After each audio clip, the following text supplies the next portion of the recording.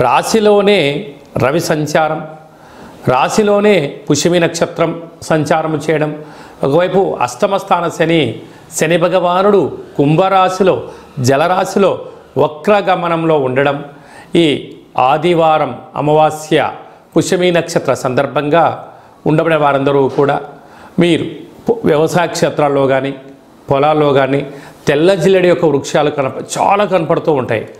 ముందుగానే చూసుకొని ఒక 6 రోజులు ముందుగా ప్రతిరోజు వెళ్ళి ఒక చెంబు నీళ్ళు పోసి దీపాన్ని పెట్టి రోజు దండం పెట్టుకొని రండి.